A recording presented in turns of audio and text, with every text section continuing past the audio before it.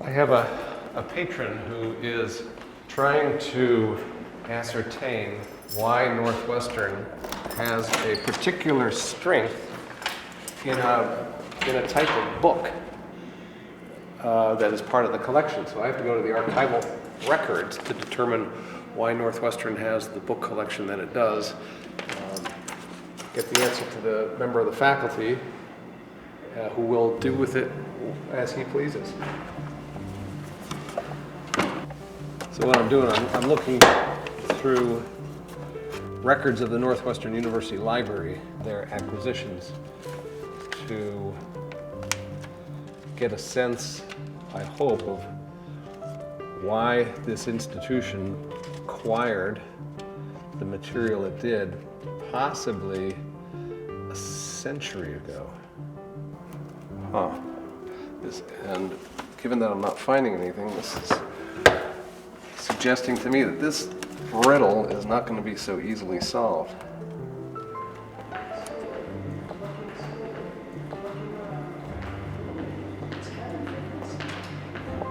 Hey. It's because, congratulations, LinkedIn told me it was your 40th anniversary. I used to walk around with a camera crew following me.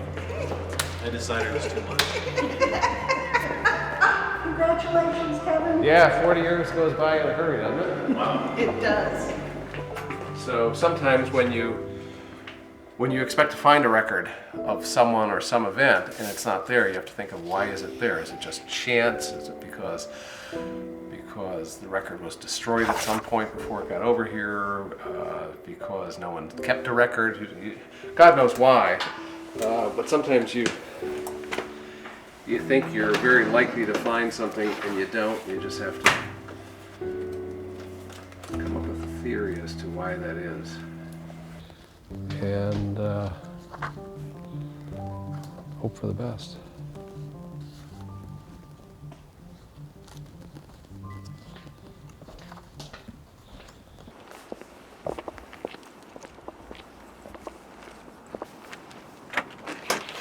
I haven't salted the steps yet. So as you can see, this is the family archives. These are the records of my life and my wife's life, and records relating to our ancestors. And yeah, if the house ever caught fire, this is the type of stuff I would try and save first. Well, I doubt my kids are going to want to take on all this information, so my worry is that as soon as I die, my wife is going to have this stuff out on the parkway for the garbage man to pick up. I don't know who would take this on. I'm not sure my kids really... Well, I'm pretty sure they don't care at all. Never considered what I am, what I'm doing now. I mean, that was... I'm an archivist, right? Who's ever heard of an archivist? So that was not in the cards for me. An account I wrote of, a news account of my pet turtle dying. Not so hot in math. But okay in English, A-. I was just hanging around with her. She was a very kind lady, adored me, so she was really pleasant to be around. She was a very good storyteller, and she had so many stories to tell. Bedtime. That was the promise. Get to bed and I'll tell you a story. So, that was a trick to get me into bed at a reasonable hour as a young child. And then she'd just give me stories of the goings on at the silk mills of Paterson, New Jersey, or the mill workers who came to my great-grandfather's saloon. But just the tales of living in an industrial mill town and the different way of life, the fact that she would think back and talk about horse-drawn wagons. And I'm living, my folks had a Pontiac Firebird fire engine red convertible. So this living memory of a vastly different world. It's probably a misfortune that I'm in the trade that I am, because I save all this crap. And I know at some point my wife is going to want to downsize, move to someplace much smaller, and what am I going to do with it at that point, or what is she going to do with it when I die? And I'm afraid it's going to hit the trash. I'll have to find an archives that'll take it. I forgot about that.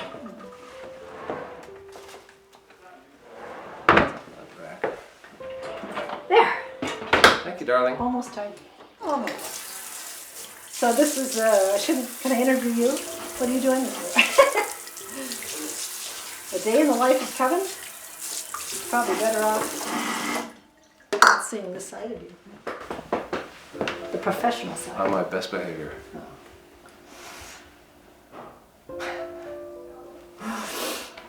That's my bride.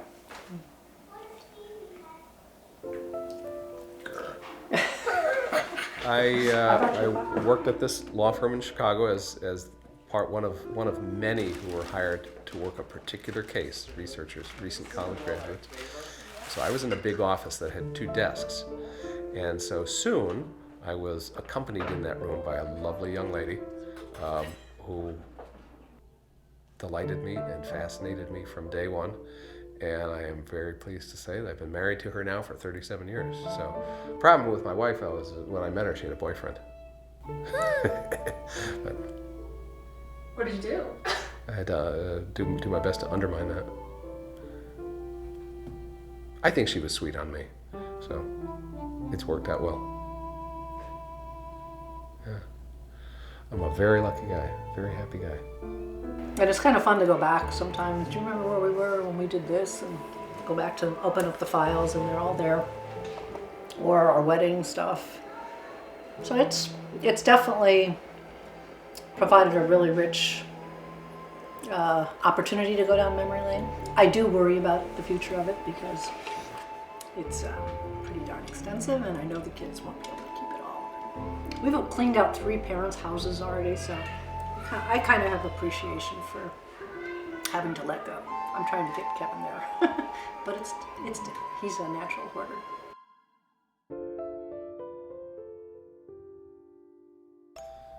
I don't think I'm going to have any particular legacy. No one's going to remember me. You know, my wife and children, grandchildren, as long as they're alive, and then it goes away. What I can do for people is offer them a legacy and saying, hey, I want your stuff, and we will steward that material into the next generation or the next generations or centuries. And in a way, you get to live on.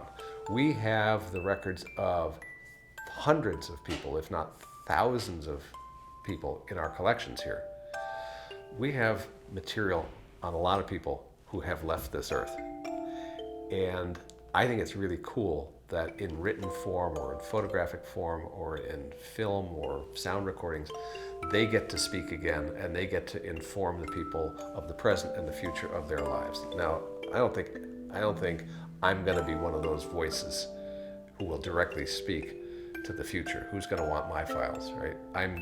I can't ethically go home and say, hey, buddy, I want your files, my files, and put them in the archives and commit Northwestern space to my stuff, even though I've got 30, 40 feet worth of correspondence and whatnot. I've had a great life, but I haven't had a significant life. So my legacy, I hope, is that there will be a good collection and that people in the future will be just that bit smarter for the use of it, and I guess that's its reward. They won't know my name or anything about me, but if that happens, and I won't know, but when I die, I'll die happy, God willing, because I've had a great life.